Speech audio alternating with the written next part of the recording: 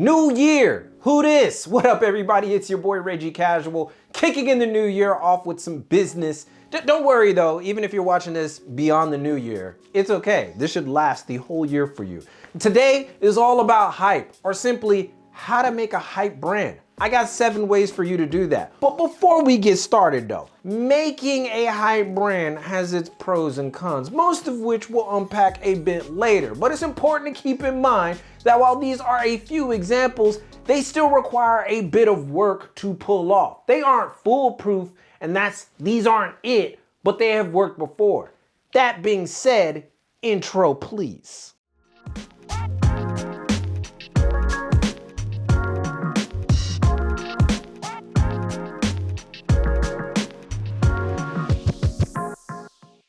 All right, so the first thing that we got on our list is create a catchy / trendy name. Supreme, Palace, Off-White, Girls Don't Cry, Fear of God. Creating a catchy name is easier said than done because there's a fine line between creating a catchy name and a corny one. And this is actually why we're tackling it first, because a hype brand doesn't actually need a trendy name to be hype, but it certainly can help. The problem is, far too many place it as a high priority, like it's the most important thing. Newsflash, it ain't.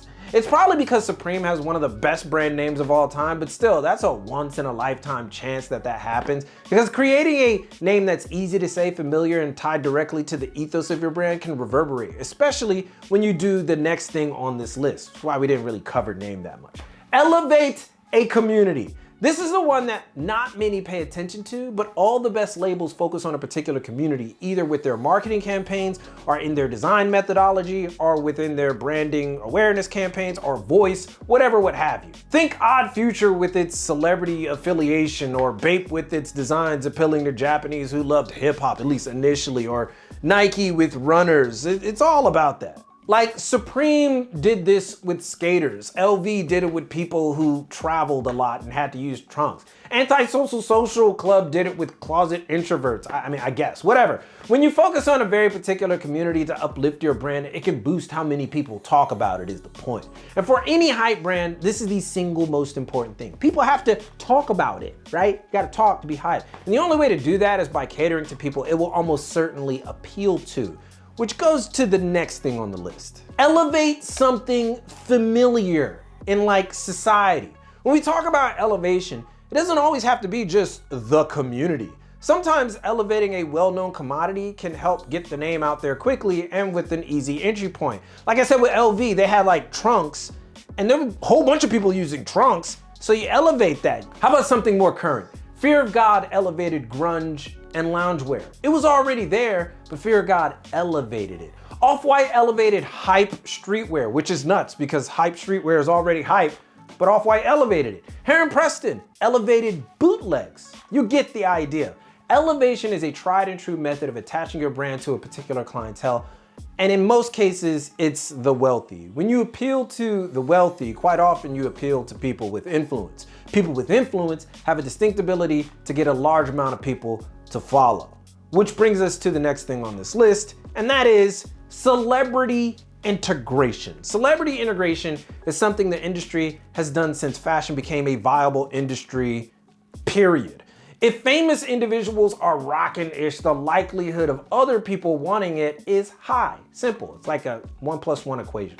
From Rick Owens to Prada, Bape to Supreme, brands have relied on celebrity integration to bolster sales and manufacturer exclusivity. Celebrity integration can take a no-name brand to stardom, but it isn't that easy. The problem is not every brand can get an A-list or even B-list celebrity integration, and far too many up-and-comers wait for celebrity integration like it just should fall into their laps, rather than doing something a little bit easier. Becoming the influencer, like you, the designer, or the entrepreneur, the business star, the owner.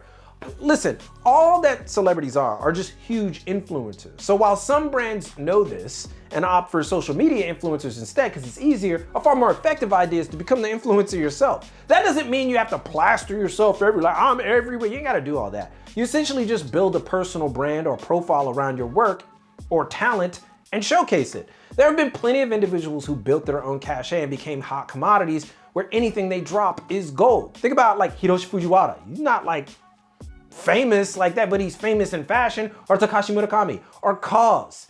If you can become known, your brand will almost certainly succeed with you is the point. And the great thing about being known, you could do the very next thing on this list, and that is remix the trends. Listen, trends will always be around. You gotta live with them.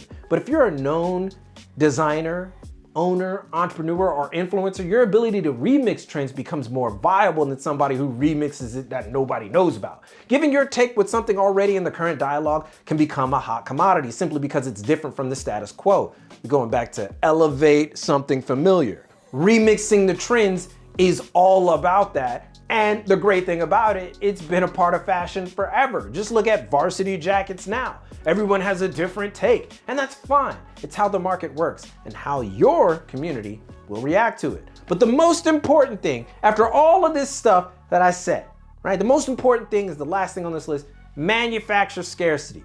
It sounds manipulative because it is, but manufacturing scarcity just works, especially when your brand does all the aforementioned things. If your brand is readily available and everyone can get it, then it's far too accessible for it to be special to the more enthusiastic consumer. It's why Nike, Supreme, Bape, Palace, and nearly every damn brand does it. Could these companies make enough for the market? Sure, Supreme could make millions of box logo tees all the time, but they don't because it would devalue their brand and product. It has to be desirable, so when they do launch it again, the hype is real and, more importantly, maintained. The reality is, hope and hype are in such a close relationship when it comes to fashion and hype, and manufacturer scarcity is the one way to manipulate hope, turning it into hype or fear, or more importantly, the fear of missing out when it comes to hype. That's just how it is. And now, the business angle to all this and why hype is a little less desirable for a lot of labels out there. Listen, hype is dangerous. It just is. That's one. But it's also incredibly lucrative. Let's not sugarcoat that. However, far too many labels rely on it for it to be a viable option all the time or for everyone. Some labels are built for it. They have such great communities and ideas tied within their product that its appeal is incredibly far-reaching, helping with the hype argument for them. However, too many brand runners want everyone to love their brand instead of the one community that can uplift it to profitability, which is more important than hype. Your label doesn't have to be hyped to succeed. What it needs is a loyal customer base. Undercover, Jinya Watanabe, Yohji Yamamoto, those labels aren't hype at all, but their customer loyalty is so incredibly high that they are some of the most successful labels in the industry. What hype does do, however, is make you, as the brand runner, famous, which is what many who chase hype are really seeking. They're really seeking fame. If that's the case, then you should have no problem following some of the tips presented here. But in my personal opinion, if you truly want a profitable brand and or label, putting time into each of these tips with a level of authenticity can make a label better than just hype driven. A lot of labels that went hype died due to their lack of evolution. They followed too closely to trends without a remix, or simply because they were stretched too thin. Don't do that. But what you can do is join us on Patreon for extended, I know this is the same as plug, but you can join us for our brand building series class, our monthly webinar, our private Discord filled with individuals building brands, personal and fashion alike, just like you, so they can help you get constructive criticism, all that. It's just a suggestion, but we're gonna be doing it all year. It's gonna be amazing.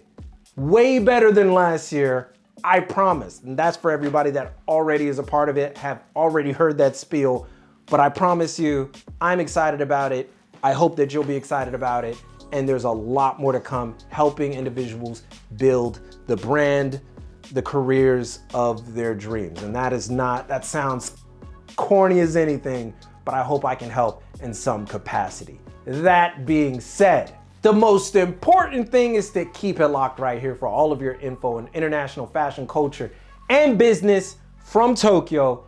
It's your boy, and keep it casual. Yoroshiku onegai shimasu. And I will see you guys in a minute.